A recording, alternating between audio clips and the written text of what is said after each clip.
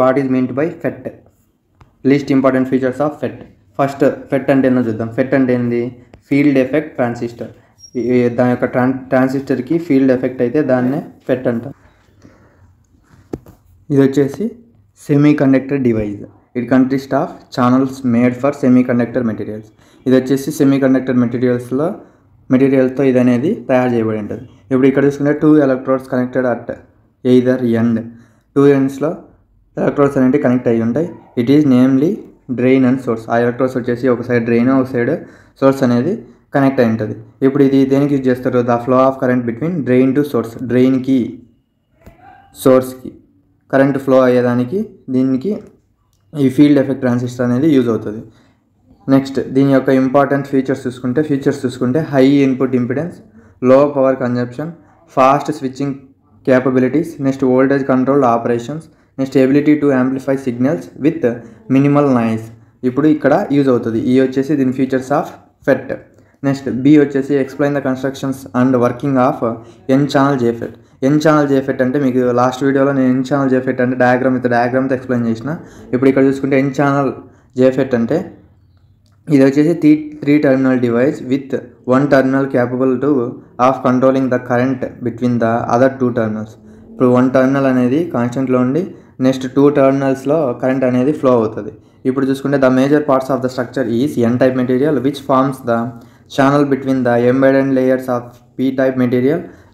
In the absence of any applied potential, the JFET has 2 PN junctions under no biasing condition. The result is depletion region at the each junction. ఇప్పుడు ఇక్కడ చూసుకుంటే ఇది చూడండి, ఇది చూస్తే మీకు క్లియర్గా అర్థమవుతుంది. ఇప్పుడు దీన్ని డిప్లీషన్ రీజియన్ అంటాము. ఇది వచ్చేసి ఎన్ ఛానల్, ఇటు సైడ్ అటు సైడ్ పి ఉంటాయి. దీన్ని గేట్, దీన్ని డ్రెయిన్, ఇది సోర్స్ అనేవి ఉంటాయి.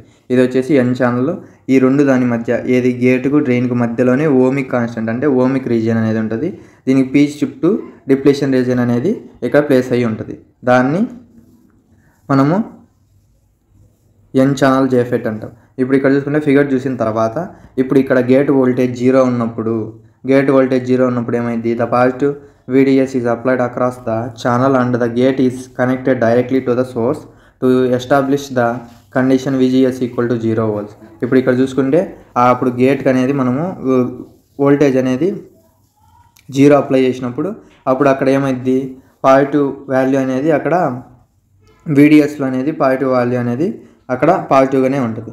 నెక్స్ట్ ఇది అయిపోయిన తర్వాత ఇంత మ్యాటర్ ఏం అవసరం లేదు, మెటీరియల్లో వాడి ఇదంతా ఇచ్చింది. మీరేం రాయాలి? ఇప్పుడు గేట్కి అనేది మనము 0 volts అప్లై చేసినప్పుడు అప్పుడు VDS అనేది సేమ్ పాజిటివ్లలోనే ఉంటుందని వాల్యూ రాయొచ్చు. రాసిన తర్వాత ఇప్పుడు దీని యొక్క గ్రాఫ్ వచ్చేసి క్యారెక్టరిస్టిక్ జేఫెట్ వచ్చేసి ఇప్పుడు ఇక్కడ చూసుకుంటే ఇది వచ్చేసి ఇది శాచురేషన్ రీజియన్, ఇది దానికి ఇటు పక్క ఉండేది ఓమిక్ రీజియన్. ఇప్పుడు ఇక్కడ చూడండి, ఇది VGS, ఇది VGS ఇది వచ్చేసి 0 volts దగ్గర నుంచి కిందికి వచ్చే కొద్దీ నెగిటివ్గా అవుతుంది. ఎందుకంటే ఫస్ట్ VGS వోల్టేజ్ అని మనం 0 ఇచ్చినాం, దాని తర్వాత నెగిటివ్ వోల్టేజ్ అనేది వస్తుంది, దాని తర్వాత అలానే నెగిటివ్లోకి వెళ్ళిపోతూ ఉంటుంది. అప్పుడు ఓమిక్ రీజియన్ అనేది ఇటు సైడ్ ఉంటుంది.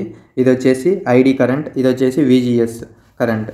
నెక్స్ట్ ఇక్కడ చూసుకుంటే ఈ మ్యాటర్ అంతా మీకేం అవసరం లేదు. నెక్స్ట్ ఇక్కడ చూడండి, ఇది అనేది మీకు యూజ్ అవుతుంది. VGS వచ్చేసి <0 volts అంటే <0 volts అంటే నెగిటివ్లలో VGS నెగిటివ్లలో ఉన్నప్పుడు దాని యొక్క కరెంట్ అనేది చూడండి ఎలా ఉంటుందో. నెగిటివ్లో అప్లై చేసినప్పుడు ఇప్పుడు ఇక్కడ చూసుకుంటే ఏమైంది? The negative voltage is applied to the gate. Negative voltage apply చేసినప్పుడు దాని యొక్క డిప్లీషన్ రీజియన్ ఉంటుంది కదా. ఇప్పుడు ఇక్కడ చూసుకుంటే దీని యొక్క డిప్లీషన్ రీజియన్ అనేది ఎక్స్పాండ్ అవుతుంది. అంటే ఇప్పుడు ఇందాక చూసింటే డిప్లీషన్ రీజియన్ ఎంత ఉన్నది? ఫస్ట్లో డిప్లీషన్ రీజియన్ అనేది కొద్దిగా ఉన్నది. ఇది నెగిటివ్ వోల్టేజ్ అప్లై చేసిన తర్వాత దాని యొక్క డిప్లీషన్ రీజియన్ అనేది ఇంక్రీజ్ అవుతా వెళ్తుంది. ఇప్పుడు నెగిటివ్ వోల్టేజ్ చేసినప్పుడు ఇంక్రీజ్ అయింది. నెక్స్ట్ నెగిటివ్ వోల్టేజ్ అయినప్పుడు చూడండి ఇంక్రీజ్ అయింది డిప్లీషన్ రీజియన్. ఇలా ఇంక్రీజ్ అయ్యి అది ఓవర్లాప్ కాకుండా స్మాల్ ఎన్ ఛానల్గా ఉంటే దాన్నే ఎన్ ఛానల్ జేఫెట్ అంటాం. ఇది వచ్చేసి working and construction of N channel JFET.